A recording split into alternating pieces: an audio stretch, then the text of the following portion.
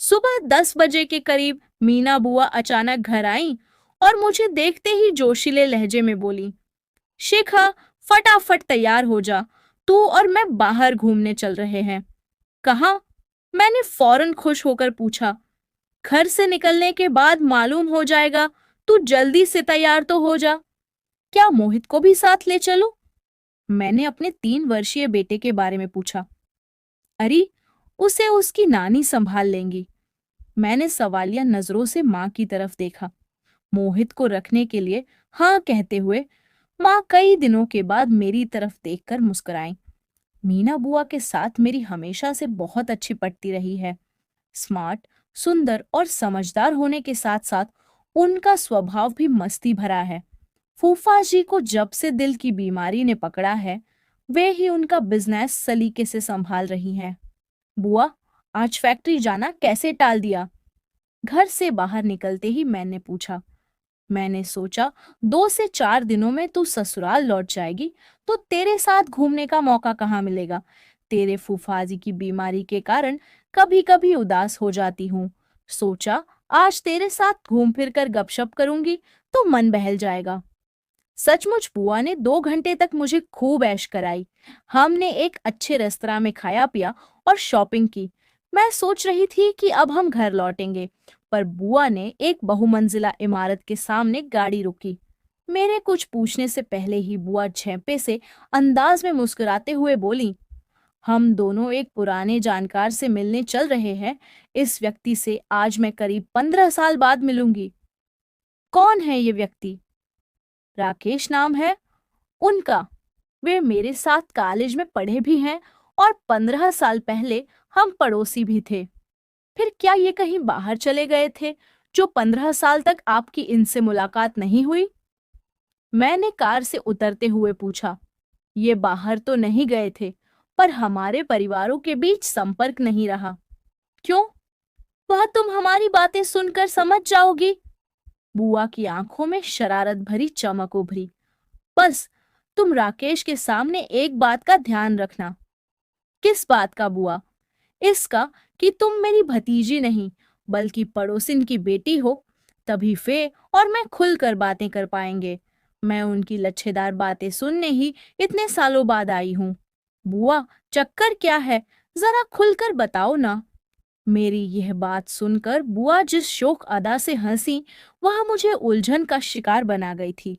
बुआ के करीब हमउम्र 42 साल के राकेश से हम दोनों उनके ऑफिस में मिली। My dear Meena, what a great surprise. उन्होंने खड़े होकर बुआ का स्वागत किया। तुम्हें अचानक सामने देखकर बड़ी खुशी हो रही है। कैसे बना रखा है तुमने अपने को 15 साल पहले जैसा, खूबसूरत, फिट और स्मार्ट। राकेश, तुम्हारे सिर के बाल कम जरूर हुए हैं, पर झूठी तारीफ करके किसी भी स्त्री को खुश करने की आदत अभी भी कायम है। कैसी गुजर रही है जनाब? बुआ ने उनका हाथ हल्के से पकड़कर छोड़ दिया और खुलकर मुस्कुराती हुई कुर्सी पर बैठ गईं। मेरे झूठे परिचय पर जरा सा ध्यान देने के बाद राकेश मुझे जैसे भूल सा गए। उनकी प्रशंसा भरी दृष्टि का केंद्र पूरी तरह से बुआ ही थी। उनके बीच पुरानी घटनाओं व पिछले 15 साल की जानकारियों का आदान प्रदान शुरू हो गया। मेरे लिए यह अंदाजा लगाना बिल्कुल कठिन नहीं था कि राकेश आज भी बुआ के जबरदस्त प्रशंसक हैं। क्या इन दोनों के बीच में पहले कभी कोई प्यार का चक्कर था? यह प्रश्न मेरे मन में अचानक उभरा तो मैं मुस्कुराए बिना नहीं रह सकी। ऑफिस में लंच टाइम चल रहा था। राकेश ने हमारे लिए बढ़िया कॉफी और स्वादिष्ट पेस्ट्री मंगवाई। उनका बस चलता तो वे मारे उत्साह के अपने हाथ से जबरदस्ती उन्हें पेस्ट्री खिलाने लगते। अजय के क्या हाल है? राकेश ने फूफा जी के बारे में सवाल पूछा तो बुआ गंभीर नजर आने लगी। बुआ ने उदास स्वर में उन्हें फूफा जी की दिल की बीमारी के बारे में बताया। बिजनेस में इस कारण जो परेशानियां आई थीं, उनकी भी चर्चा की। अपनी हिम्मत और समझदारी के कारण तुमने काफी बिजनेस संभाल लिया है। यह सचमुच खुशी की बात है। मैं आता हूँ किसी दिन अजय से मिलने। आखिरी वाक्य बोलते हुए राकेश ने बेचैनी भरे अंदाज में बुआ की तरफ देखा। बुआ ने कोई जवाब नहीं दिया, तो राकेश ने भावुक लहजे में कहा, मीना, आगे कोई भी कठिनाई आए तो तुम मुझे जरूर याद करना। मुझे लगता है कि हमें अब आपस में संपर्क बनाए रखना चाहिए। श्योर, अब चलने की इजाजत दो। अपना मोबाइल नंबर तो दे दो और जल्द ही फिर मिलने का वादा करके जाओ। राकेश ने आगे झुककर बुआ से हाथ मिलाया और जल्दी से छोड़ा नहीं। कुदरत को मंजूर होगा तो जल्द मिलेंगे। देखो, लंबे समय के लिए फिर से गायब मत हो जाना। पुरानी दोस्ती की जड़ें हमें फिर से मजबूत करनी है। बड़े अपनेपन से अपनी इच्छा जाहिर करने के बाद राकेश ने बुआ का मोबाइल नंबर नोट कर लिया। लिफ्ट से नीचे आते हुए मैंने बुआ को छेड़ा। बुआ, यह बंदा तो आज भी आप पर पूरी तरह से फिदा है। था ना आप दोनों के बीच प्यार का चक्कर कभी? ऐसी बातें किसी और के सामने कभी मत करना शिखा। मेरा अंदाजा सही है ना? चुप कर। बुआ ने मुझे प्यार से डपटा। बुआ की जिंदगी में अजय फूफाजी के अलावा एक अन्य पुरुष भी कभी प्रेमी के रूप में मौजूद रहा है। इस बात को सोचकर मन ही मन अचंभा महसूस करती मैं बुआ की बगल में बैठ गई। कार को घर की दिशा में न जाते देख मैंने बुआ से पूछा, अब हम कहाँ जा रहे हैं? अतीत के एक दोस्त से तुम मिल चुकी हो, अब एक पुरानी सहेली से मिलवाने ले जा रही हूं तुम्हें। बुआ अजीब ढंग से मुस्कुराई। मैंने उनसे वार्तालाप करने की कोशिश की, पर वे अचानक हूँ हाँ में जवाब देने लगी। उनके यूं अचानक गंभीर हो जाने से मैंने अंदाजा लगाया कि शायद वे राकेश या अपनी इस पुरानी सहेली के बारे में बातें करने में उत्सुक नहीं हैं। बुआ ने एक बड़े बंगले के सामने कार रोकी। कुछ देर उन्होंने स्टीयरिंग व्हील पर उंगलियों से इस अंदाज में तबला बजाया मानो सोच रही हो कि उतरूं या नहीं। फिर उन्होंने मेरे चेहरे को कुछ पलों तक ध्यान से देखने के बाद गंभीर लहजे में कहा, चलो मेरी पड़ोसिन की बिटिया रानी, मेरे अतीत के एक और पृष्ठ को पढ़ने के लिए मेरे साथ चलो। घंटी बजाने पर जिस स्त्री ने दरवाजा खोला वे भी मुझे बुआ की उम्र की ही लगी। उनके माथे पर पड़े बल और भिंचे होंठ शायद उनके स्वभाव की सख्ती की तरफ इशारा कर रहे थे। पहली नजर में वे बुआ को पहचान नहीं पाई, फिर आंखों में पहचान के भाव उठने के साथ साथ पहले हैरानी और फिर नफरत व गुस्से के भाव उभरे। मैंने बुआ की तरफ देखा तो पाया कि वे एक मशीनी मुस्कुराहट होठों पर बनाए रखने का पूरा प्रयास कर रही है। पहचाना मुझे अनीता? बुआ ने असहज लहजे में वार्तालाप आरंभ किया। तुम मेरे घर किस लिए आई हो? क्या अंदर आने को नहीं कहोगी? बुआ ने सवाल पूछने से पहले एक गहरी सांस ली थी।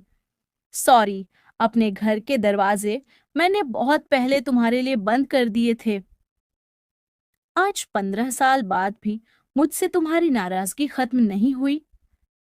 जो जख्म तुमने मुझे दिया था वह कभी नहीं भरेगा। शायद मेरे माफी मांगने से भर जाए और यही काम करने मैं आज यहाँ आई हूँ। जीते जी तो मैं तुम्हें कभी माफ नहीं कर सकती हूँ मीना। पर क्यों? दोस्ती की आड़ में तुमने मेरे वैवाहिक जीवन की खुशियों को नष्ट करने की कोशिश की थी। मेरे साथ विश्वासघात किया था तुमने। मैं अपना अपराध स्वीकार करती हूँ। मेरी 15 साल पुरानी गलती को भुलाकर मुझे माफ कर दो अनीता। प्लीज, तुम्हारे माफ कर देने से मेरे दिलो दिमाग को बहुत शांति मिलेगी। बुआ ने उनके सामने हाथ जोड़ दिए। मैं चाहकर भी तुम्हें माफ नहीं कर सकती हूँ। अनीता की आवाज गुस्से और नफरत की अधिकता के कारण कांप उठी। मेरे पति के साथ अवैध संबंध बनाकर तुमने हम पति पत्नी के प्रेम व विश्वास की नींव को सदा के लिए खोखला कर दिया था। तुम्हारी उस भूल के कारण हम आज तक फिर कभी एक दूसरे के दिल में प्यार की जगह नहीं बना पाए। तुम चली जाओ यहाँ से।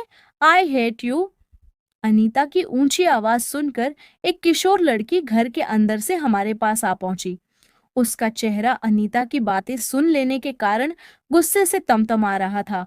इस वक्त बुआ और अनीता की आंखों में आंसू थे। बुआ ने सहानुभूतिपूर्ण कोमल अंदाज में अनीता के कंधे पर हाथ रखना चाहा तो उस लड़की ने बुआ का हाथ झटके से दूर कर दिया। मेरी माँ को अपने नापाक हाथों से मत छुओ, गंदी औरत। वह लड़की गुस्से से फट पड़ी। मैं सब जानती हूँ तुम्हारे बारे में। तुम्हारे चक्कर में फंसने के बाद पापा ना कभी अच्छे पति बने, ना अच्छे पिता। हम तुम्हारी शक्ल कभी नहीं देखना चाहते हैं। भाग जाओ यहाँ से। नेहा बेटी, तुम शांत रहो। मैं निबट लूंगी तुम्हारी इस मीना आंटी से। नेहा की पीठ सहलाने के बाद अनीता ने फिर से बुआ को नफरत भरे अंदाज में घूरना शुरू कर दिया। नेहा बेटी, तुम्हें मैंने बहुत लाड़ प्यार से अपनी गोद में खिलाया है। हम बड़ों के बीच में बोलकर तुम तो मेरा अपमान करने की कोशिश मत करो। बुआ रुआंसी हो उठी। अगर अपमानित नहीं होना चाहती हो तो हमारी आंखों के सामने आने से बचना। अगर पापा के साथ मैंने कभी तुम्हें देख लिया तो तुम्हारी खैर नहीं। राकेश के पास अब क्या लौटोगी तुम? अब तक तो दसियों प्रेमी पालकर छोड़ चुकी होगी तुम। अनीता का स्वर बेहद जहरीला हो गया। तुम्हारी तो कोई बेटी नहीं है, तो यह लड़की कौन है? कहीं पुरुषों को फांसने की अपनी कुशलता के बल पर लड़कियों से धंधा तो नहीं? Shut up! मैं एकाएक चीख पड़ी। मेरी बुआ माफी मांगने आई है और आप हैं कि बेकार की बकवास करती ही जा रही हैं। ऐसा घटिया व्यवहार आपको शोभा नहीं देता है। मैंने तुम्हारी बुआ को 15 साल पहले ही मेरे घर की दहलीज कभी ना लांघने को आगाह कर दिया था। अब ले क्यों नहीं जाती हो तुम इन्हें यहाँ से? मुझसे भी ज्यादा जोर से वह मुझ पर चिल्लाई और फिर धड़ाम की आवाज के साथ उन्होंने दरवाजा बंद कर दिया। वापस कार में आकर बैठने तक हम दोनों के बीच कोई बात नहीं हुई। फिर मैंने बुआ की आंखों में झांका तो वहां मुझे दुख से ज्यादा हैरानी के भाव नजर आए।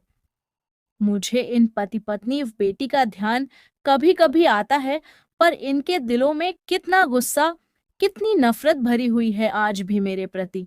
बुआ के होंठों पर थकी सी मुस्कान उभरी। आपको क्या जरूरत थी इनसे मिलने आने की? मैं अभी भी तेज गुस्से का शिकार बनी हुई थी। तुम्हें साथ लेकर मेरा राकेश व अनीता से मिलने आना मुझे जरूरी लगा था।